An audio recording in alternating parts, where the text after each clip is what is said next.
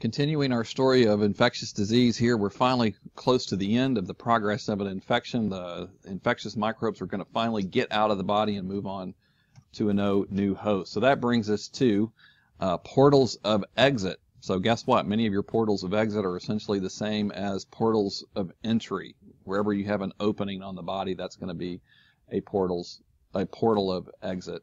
And this diagram from your textbook shows you some other portals of exit for pathogenic microbes. Some of these pictures are kind of graphic. Wasn't it nice of them to draw a big poo chunk there for us? But fecal material, lots of microorganisms are shed in the feces. Almost any intestinal pathogen, that's going to be its route out of the body. Urine, if you have a urinary tract infection, that can contain the pathogens. Blood, many infectious microbes wind up at least traveling through the bloodstream to move from one body location to another. So you've always got to be concerned about these bodily fluids and excretions and so forth as potentially containing pathogenic microbes. An insect bite, so that's something that's important to keep in mind. There are some insects and other types of arthropods that participate in transmitting microorganisms from one host to another, and we'll get into more of that as we cover transmission in a little bit more detail. So again, many of these are going to be the same as the portals of entry, but bodily secretions and excretions, secretions include things like earwax and tears and saliva and your sputum and so forth and so on. Excretions are wastes like urine and feces. So just keep that. Now, it doesn't mean that every pathogen is going to be in all of these secretions and excretions, but it's just something to keep in mind, of course, when you're handling those types of things in the medical setting. All right, another concept to talk about, and we've covered this a little bit before when we discussed shingles as a follow-up to chickenpox.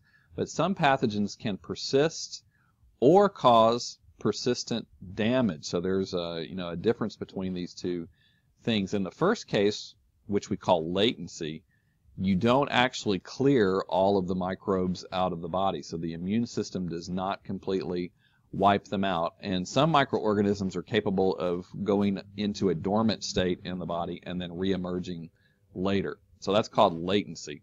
So you may have no symptoms. Now signs, you may be able to run tests on the patient and actually detect that the microorganism is still there. So that's a sign. But the patient may have no symptoms, have no clue that they're still infected. And here are some examples of various microorganisms that can have latent states in the body. HIV can be dormant for a long period of time, and essentially any HIV patient that is taking drug therapy for HIV infection, they have dormant HIV in the body. The genomes are still present, and if they go off the drug therapy, that HIV can emerge later. Herpes viruses, so that includes the ones that cause oral herpes, genital herpes. Chickenpox virus is actually a member of the herpes virus group, and all of those are capable of going dormant, and they tend to go dormant in the nervous system, like we discussed previously in the class about the shingles, and then they become reactivated and they travel down the nerve and to an area on the skin where they infect the skin cells and cause an outbreak. So that can occur with herpes viruses, oral and genital. The outbreak can occur along mucous membranes as well. And then, of course, shingles is a reactivated chickenpox virus. Treponema pallidum causes syphilis. So if you've ever learned anything about syphilis before, it goes through multiple stages, and a person really essentially never gets over it if they're not treated with drugs. And Mycobacterium tuberculosis, which causes TB, can go dormant in the body as well.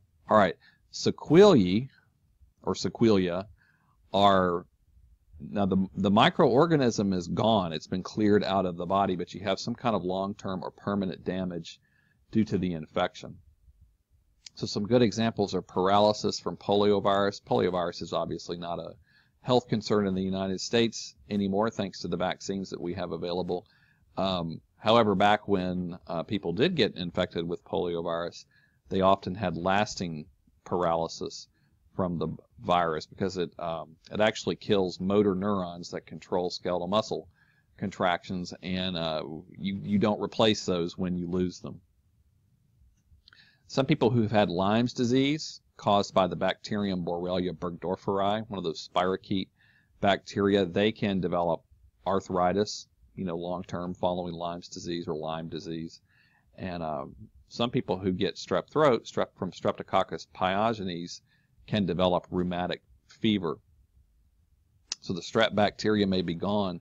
Rheumatic fever is actually an autoimmune disease where your own immune system is attacking your heart valves, because there are molecules on the Streptococcus bacteria that are similar to those on the heart valves, apparently. So in some people, the immune system will start attacking the heart valves, thinking that it's attacking leftover Streptococcus pyogenes bacteria. All right, that was just a little short video clip to talk about portals of exit and some of the follow-up conditions that can occur.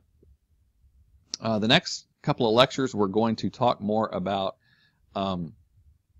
where pathogens persist, out in the world when they're moving from one host to another. And then we're also going to talk more about transmission. How are microorganisms transmitted from one patient to another?